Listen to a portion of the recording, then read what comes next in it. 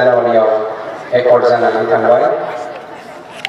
हामबाय होनो साफ्रोमबो ख्रिस्ट'नि फिसाफोरखौ जाय बिथांमोननि आरज आरो खुथार खावलायनायाव इसोरा बर'नो बे फिथाइखौ होनायनि थाखाय हामबाय होनो दिनैनि बे बिलिफां समाव इसोरखौ बाख्नायनायजों लोगोसे जोंखौ बरायनायनि थाखाय आरो स्पेसियेलि आं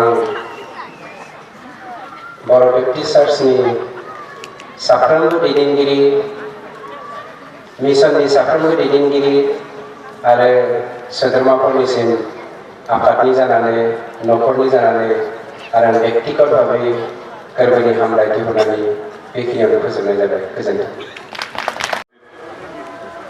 गाहाय नेहाथारि बुंलांखाबाय जे जोंहा जिखिनि मोनथाय मोनदों बेखौ इमप्लिमेन्ट खालामनायनि दायित्व दं।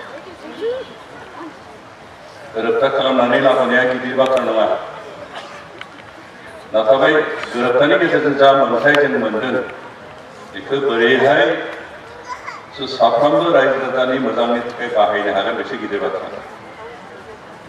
बेनिखायनो नोंथांमोन खाथियाव आरो आरजनि खावलायबावदों जे जिखिनि मोनथाय जों मोनबाय, जिखिनि सुबिदा मोनबाय, बेफोरबो जाहाथे जों मोजाङै बाहायलांनो हायो जोंनि दैदेनगिरिफ्रा। बेनि थाखाय नोंथांमोना फैगौ समफ्राव सागारबोजों आरज गाबो बेखौ खावलायनानै आंनि बुंनायखौ फोजोबबाय। गोजोन्थों। खामानि थानायनि थाखाय ओंखायनो बिथां गैयियाव जोङो बिथांनि जानानै आङो जांख्रिथायारि जि गाहाम हामलायनाय बेखौ रायजो राजाफोरनिसिम बावहरग्रोनाय थाबाय।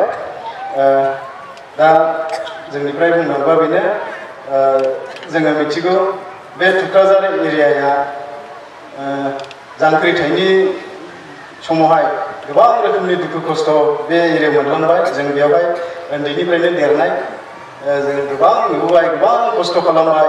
स्पेसियेलि बे थुक्राझार एरियानि मानसिफोरा बांसिनै खस्थ' मोननाय बायदि माब्लाबा नुलायलांदों। ओंखायनो आङो साफ्रोमनिसिमबो बेखिनि समावहाय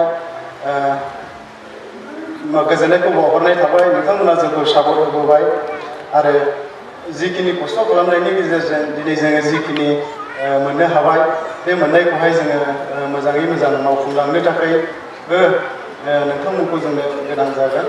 आं बेखायनो साफ्रोमनोबो बेखिनि मिजिंथिखौ होनाय जाबाय आरो जोंनि जे बासायगिरि बिफा इसोर बेखौबो गोबांथार साबायखर बावनाय जाबाय। माने बिथाङा जोंखौ अनहरबाय आरो नोंथांमोननि जि आरज बिनि जोङो बे फिथाइखौ जोङो मोननो हाबाय।